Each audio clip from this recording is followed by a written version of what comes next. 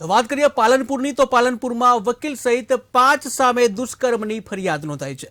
જ્યાં કાનૂની સલાહ લેવા આવેલી યુવતી ઉપર દુષ્કર્મ ગુજાર્યાની ફરિયાદ કરવામાં આવી છે। ત્યારે યુવતીને બોયફ્રેન્ડ સાથે તકરાર થતા વકીલ પાસે મદદ માટે વકીલ પાસે આવી હતી। જ્યાં યુવતીને કાનૂની મદદ તો ન મળી પરંતુ યુવતી ઉપર દુષ્કર્મ કરવામાં આવ્યું। ત્યારે વકીલે યુવતીને હની ટ્રેપ માટે એક શખ્સ સાથે વાત કરવાનું કહેવામાં આવ્યું હતું। જ્યાં યુવતીએ ઇનકાર કરતા વકીલે તેને અન્ય શખ્સને સોંપી દીધી। ત્યારે યુવતીને દાંતા અને પાલનપુર લઈ જઈ દુષ્કર્મ આચરવામાં આવ્યા હોવાના આક્ષેપ કરવામાં આવ્યા છે। આ સાથે જ વકીલ ઇદ્રીસ પઠાણ, અફજલ દાસુરા સહિત 5 સામે ફરિયાદ નોંધાઈ છે।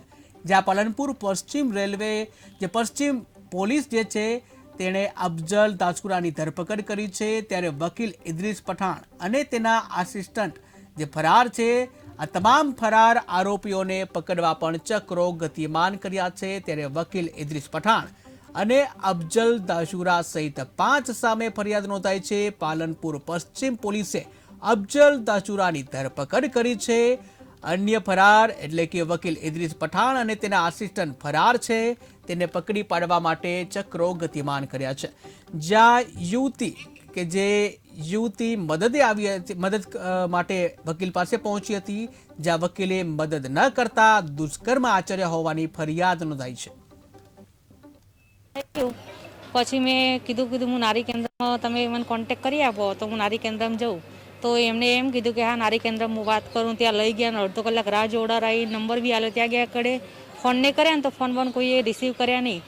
અને પછી મને જે ઇદ્રીસ ખાન પઠાણ કરીને જે એડવોકેટ હતા ને એમને મને એમ કહેવા લાગે કે તમે દાંતા જતા રહો। મેં ના પાડી, કીધું હું દાંતા શું લેવા જાઉં, મારે જવાની કોઈ જરૂર છે નહીં।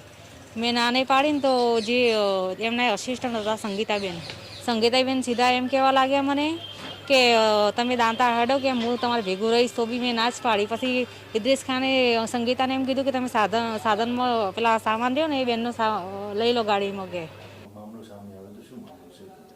આ કામના ફરિયાદી બેન શ્રી તેમના મિત્ર સાથે બોલાચાલી થતા ના બોલાચાલીના અંતે આ જે ફરિયાદી બેન છે એના મિત્ર વિરુદ્ધ અરજી કરવા માટે આરોપી જે વકીલ છે ઇદ્રીસ પઠાણ ને ઓફિસ આવેલ અને ત્યારે દરમિયાન તેમને વિશ્વાસમાં નહીં ઇદ્રીસ પઠાણ પોતાની ઓફિસમાં કામ કરતા બીજા આ ગુનાના સહ આરોપીઓ સંગીતાબેન સોલંકી રહે પાલનપુર અને જાવેદ મકરાણી રહે દાંતા નાઓને સાથે અરજી બાબતે વાતચીત કરાવી અને આરોપી જે બીજા એક સહ આરોપી છે અમિતાબેન ગોસ્વામી એમના ઘરે ગુરુવંદના સોસાયટી ખાતે ઘરે રાખેલ હતા અને ત્યાં જે પાંચમા જે આરોપી છે અફજલ ઉર્ફે લાલો, નજીર ખાન ઘાસોડા રહે માલણ પાલનપુર, તેમને ત્યાં જઈને તેમને ડરાવી ધમકાવીને તેની મરજી વિરુદ્ધ બળાત્કાર કરી અને ફરિયાદી બેનને ફીના પૈસા ના હોય તો આમાં મોબાઈલ નંબર આપીએ તો તે મોબાઈલ નંબર પર વાતો કરી અને મળવા બોલાવી ફોટો પાડી